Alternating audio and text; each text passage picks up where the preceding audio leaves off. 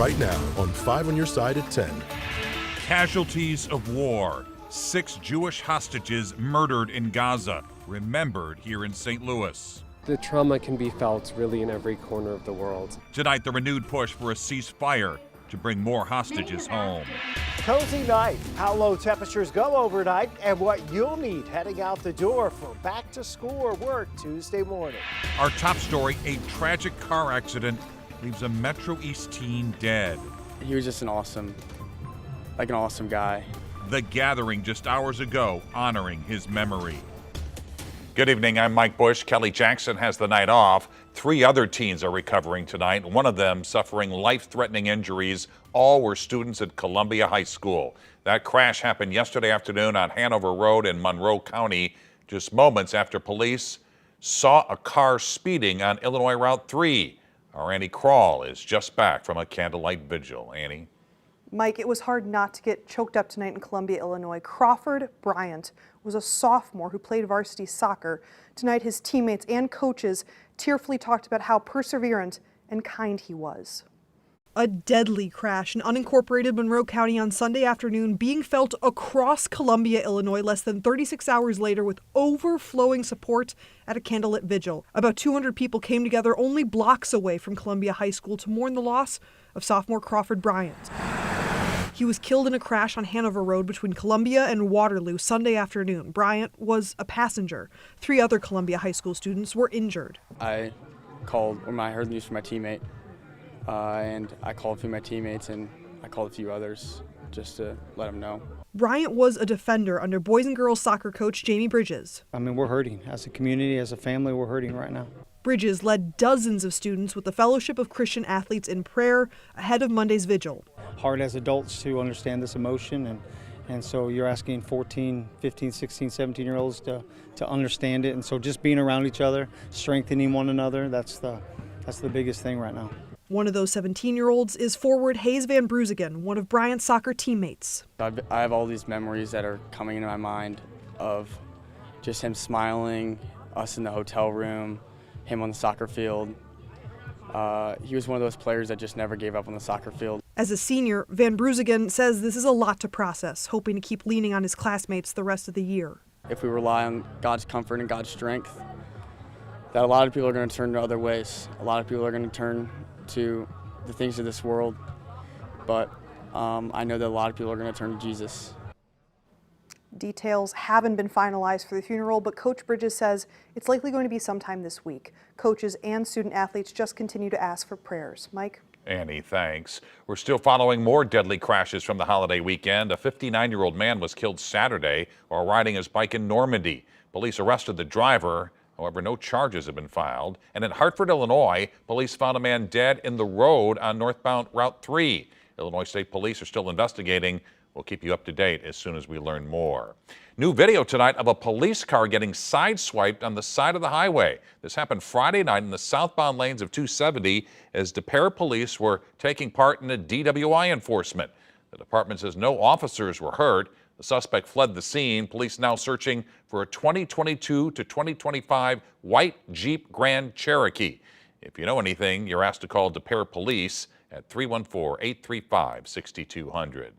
Now to a live look at St. Louis Lambert International Airport, where people are arriving home from the end of the summer holiday weekend to more fall-like weather. Chief Meteorologist Scott Connell is here to show us what we can expect for the rest of the week. Scott? You know, it's a relatively quiet weather pattern for us over the next few days. We do have some clouds that are streaming in, but yes, very comfortable out there. Already most of the outlying areas dropping back into the 60s. Lambert's still coming in this hour with a temperature of 70 degrees. But you see those clouds, they're a little bit thicker off to our west, and they're streaming out of Kansas across the bi-state region. If anything, that keeps us from getting as cool as we otherwise would get during the overnight hours and early tomorrow morning. But it's already down to 61 in Sullivan and Warrenton, 64 over in Greenville, Illinois. It is 64 in Sparta and Scott Air Force Base at 66 degrees. As we go through the next couple of days, well, we certainly have a comfortable overnight period for sure. It will get warmer by Wednesday into Thursday.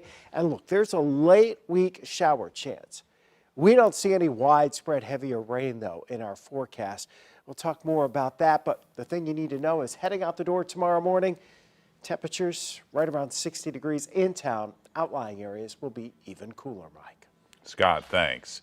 Tonight, the St. Louis Jewish community is mourning the loss of 6 Israeli hostages murdered over the weekend as the push continues for a ceasefire. 5 on your side's Laura Barczewski just returned from a candlelight vigil for the victims. Laura? Mike, this war has taken a toll on everyone with any sort of religious or family connection to either side of this conflict. The message tonight, the suffering has to end. As we remember Hirsch Goldberg Poland, Eden Yerushalmi, Ori Danino, Alex Lubnov, Carmel Gott, and Almog Sarusi. All 6 Israeli hostages were abducted just under a year ago, the day the war began. They're all between the ages of 23 and 40. 5 of them were abducted from the Nova Music Festival. At this stage, we assess that the hostages were murdered by Hamas terrorists shortly before our soldiers were able to reach them inside the tunnel in Rafah. As the St. Louis Jewish community learned of this news, the United Hebrew Congregation said they had to do something to bring the community together. Not only are we feeling the tear in our hearts, but we're feeling lonely. We're feeling lonely as American Jews. They prayed and sang together, lighting a candle for each hostage lost and the 101 still in captivity. Whether it's your personal friends and family who are being lost or whether you know people who are suffering during this war, it's an immense weight on really the whole world. Palestinians are also in mourning. The Council on American Islamic Relations says thousands of Palestinian people have been killed, one just hours after the deaths of the 6 hostages. A 58-year-old Palestinian man who was picked up by the Israeli government, returned to his family in a body bag 2 hours later with signs of torture on his body. That is unacceptable, just like killing Israeli hostages is unacceptable too. And we've got to condemn all of this. They're continuing their call for a ceasefire, saying the killing has to stop. And it will continue unless President Biden puts his foot down and says, no more bombs, no more bullets. We're making a deal. We're getting these hostages out. And until there is peace, Rabbi Scott Shafran says they have to keep praying and holding each other close. I think that moments like these, we need our neighbors more than ever. President Biden said in a statement earlier today, we will keep working around the clock for a deal to secure the release of the remaining hostages. Tomorrow, parents in the St. Louis Public Schools can expect even more changes in their child's ride to school. Nearly 1,000 additional students will be assigned to school bus routes. Under the plan, some students will either ride the bus to school and take a ride service home or vice versa. The contact policy is also changing. If your child isn't taking the bus that day, you need to contact the school. If they're not taking a rideshare option, you need to contact the vendor. A water main break didn't stop the celebration at the St. Nicholas Greek Festival in the Central West End. Thousands still attended the annual event despite parking issues and a flooded entrance. City officials say they partially shut down valves in the area, slowing the flow of water. However, crews won't be able to repair the break until tomorrow. People in the neighborhood were frustrated. I mean, it's ridiculous. I'm kind of disappointed seeing it, especially as we walk up to the festival. I feel like it's kind of ruining the mood, the vibe for everybody. Like, that's got to be gallons and gallons. I can't imagine how, I don't know how much water that's going to cost the city, the community. No word yet on what caused the break. The 3-day festival wrapped up about 5 hours ago. Thousands of union workers and their families marched in the Belleville Labor Day Parade today. Our political editor Mark Maxwell was there as they celebrated a renewed sense of pride in organized labor. Well, you know, Labor Day is a big day for Belleville. Dan Ramage is a member of the Laborers International Union marching in this parade with a message for his brothers and sisters. We support the unions, and the unions, you know, they're up and coming right now. You could sense that union pride and momentum in the crowd. Happy Labor Day! Young and old alike. Happy Labor Day! Celebrated local unions, some of them more than 125 years old, on one of the most beautiful days of the year. It's great. Can't beat it. Sandy Hayworth's son is training for a career in the electrical trades. She came to watch him march in this parade. It brings people together and it supports the workers now. It may be the biggest community gathering of the year. Dozens of trade unions, teachers unions, service unions all marching here in the Belleville Labor Day Parade alongside politicians promising to look out for them in the halls of power. Get a union if they want a union in their workplace, get good wages, good benefits.